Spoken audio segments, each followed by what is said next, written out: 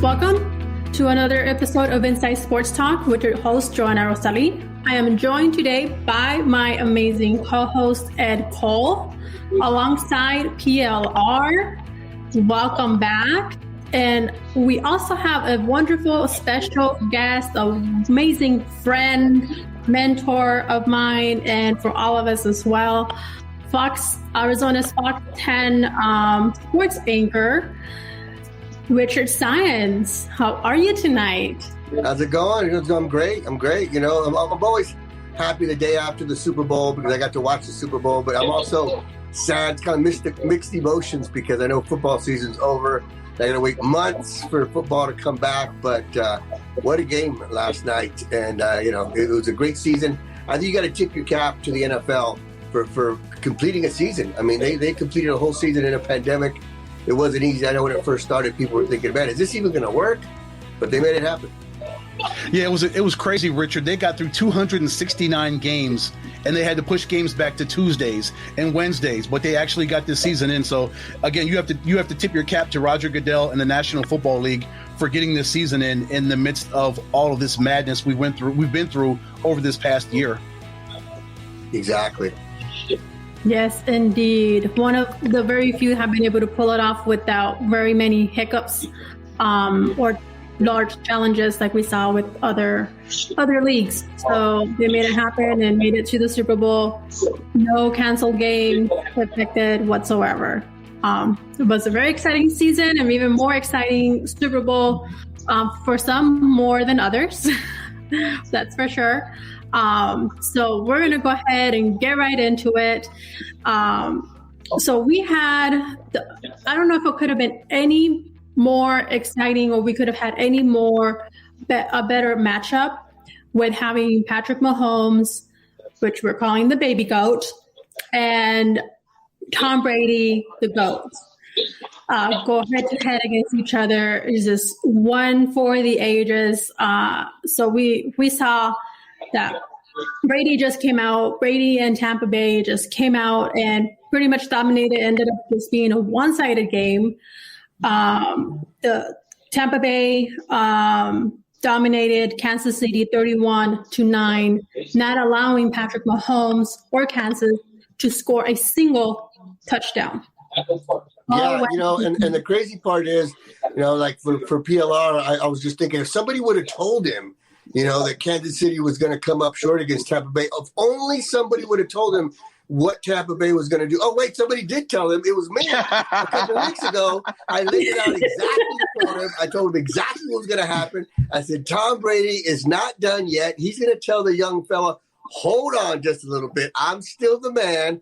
I am the greatest of all time. I even told you Leonard Fournette was going to have a big day because that's the way they were going to beat Kansas City, was keep the ball away from the Chiefs. Now, one thing I did not know was that the Tampa Bay defense was going to keep Patrick Mahomes and that Chiefs offense out of the end zone for the entire game.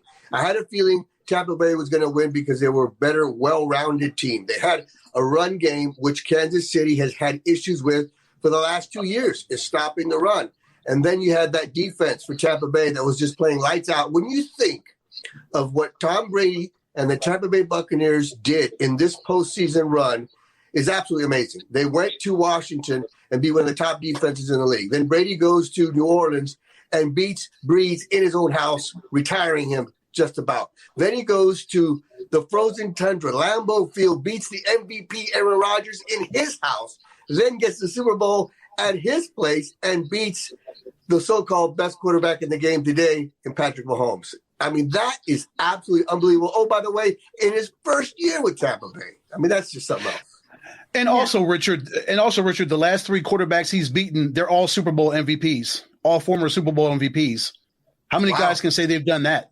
That is an excellent stat. I never really thought about that. That's pretty interesting. And, it's amazing how the remedy for success in the National Football League hasn't changed over all these years. You need defense. You need a ground game. Because if you can't stop the other team, you're not going to win. And I think one moment that really stuck out to me in this Super Bowl was when Peyton Manning was being announced as a Hall of Famer, part of this Hall of Fame class. Peyton Manning had 50 touchdowns in one season. Patrick Mahomes had 50 touchdowns in one season. Tom Brady had 50 touchdowns in one season. The only three guys to ever do it were all in the field at the same time. And the amazing part about that is the years those guys had 50 TDs in a season, they did not win the Super Bowl. What does that tell you? You need defense to win. Vince Lombardi said it. His name's on the trophy. Good offenses win games. Good defenses win championships. Yes. I think we should stay away from all these Green Bay references. That gets kind of old after a while. I'll just go with obviously. I'll just quote Herm Edwards that says, "Defense and running travels." Let me quote Herm Edwards as opposed to some Green Bay whatever, because that gets old after a while. And then today, just so you know, Rich, I put it out there. I admitted I was wrong. I'm going to play the tape tomorrow where I was wrong, and then I'm done with it. I'm not admitting wrong no more. That's my last wrong. But Rich, will we be able to hear the audio, or would it sound like the adults in Charlie Brown? Wah wah wah wah wah. Or No. Hear you say, no. Is the tape going to be doctored? He's like, I was roll. That's that Fonzie episode of Happy Days. Nope, I was off. I was wrong. I admit 100%. I was on board with Patrick Mahomes all the way. And I said this earlier to Ed. That was the first time I've seen Andy Reid completely outcoached. I knew that usually a team that beats a team, the team that lost makes the adjustments. But I'm surprised that Andy Reid had no adjustments to the adjustments. When you're playing two deep safeties, hell, even at Dobson High, you got to run the ball a little bit. And he was still dropping back, passing, looking for the deep passes on those routes. So I'm surprised that Andy Reid and Bieniemy made no adjustments and just got outcoached. Flat out honest. Part of it is they fell behind. And that's when they had to become one-dimensional. And it's also hard to run the ball when you lose your starting tackles. You got to give, some credit to the Chiefs, especially Patrick Mahomes, because, you really find out a lot about someone when the going gets tough, right? Everybody can be cool when you're winning. But how do you handle defeat? How do you handle it when you're getting your butt kicked, which is what was happening to Mahomes? And the guy did not quit. He kept coming. He was making some amazing passes, falling down, and then still hitting his receivers in the face mask. Well, man, catch the ball. Give this guy. He can't throw it and catch it at the same time, because if he could, he probably would. But, I think a lot of things went against Kansas City, and that's what happened. This is why it's so difficult for a team to win back-to-back Super Bowls in the National Football League. Look how long it's been since that's happened. And part of it is injuries catch up to you. It's a grueling season. And when you're the defending Super Bowl champs, every game you play that next season is that team's Super Bowl. So you're getting everybody's best shot. So the injuries caught up to them. The Tampa Bay defense was fantastic. I'm not trying to take any credit away from Todd Bowles, but also the off-the-field distraction for Andy Reid with his son having some issues with the law, getting in an accident, not being able to make the trip, injuring some people in a parked car. That had to have an effect on the mindset of Andy Reid for this game, and it's unfortunate that happened. Yes, that's I think that did have to some effect to the pace of the game, making the decisions, and especially not having his son there, who was a coordinator for the team. One of the things, and we also talked about it in last show with Ed Smith, who joined us, and it was putting that pressure, bringing out that defense. And that's the first thing that Tampa Bay did at the beginning of the game, putting that pressure against Kansas City and Patrick Mahomes. And they dominated. So we saw, the pace that took the game. And then that's, the first part of the game, we saw how tensions went high. That also affected, the emotions and the players. So that was another thing that we did get to see. And we saw Matthew, how heated things got against Tom Brady. And words were exchanged too. So tensions were running super high. You need to know how to control those emotions, no matter how much the intensity gets or how intensified the moment gets. you need to know how to control that. And sometimes that can win you over too. Yeah, but I also think that's just who those guys are. That's Tyrann Mathieu. Tyrann Mathieu did the same thing in last year's Super Bowl, and the team responded, and he became a hero because of it.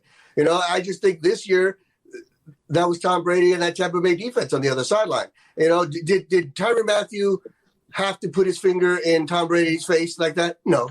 Did Tom Brady have to chase the Honey Badger down 15 yards and get back in his face? No, but that's who these guys are. And that's why these guys are so successful, because these guys, think about it. Tom Brady was a 6th-round pick, 199th pick in the NFL draft. You don't think he's got a fire in his belly? You don't think that's why he's become so successful? Because he knows people were against him. Nobody thought he was going to be anything in the NFL. Tyrann Mathieu was out of football. Nobody wanted to give him a chance. Bruce Arians gave him a chance. You don't think he has a fire in his belly? And for those guys to be in their situations and then end up being as successful as they've been in the NFL, considering what they've had to overcome, which is better than some guys that were number 1 picks and decorated college players that haven't done anything.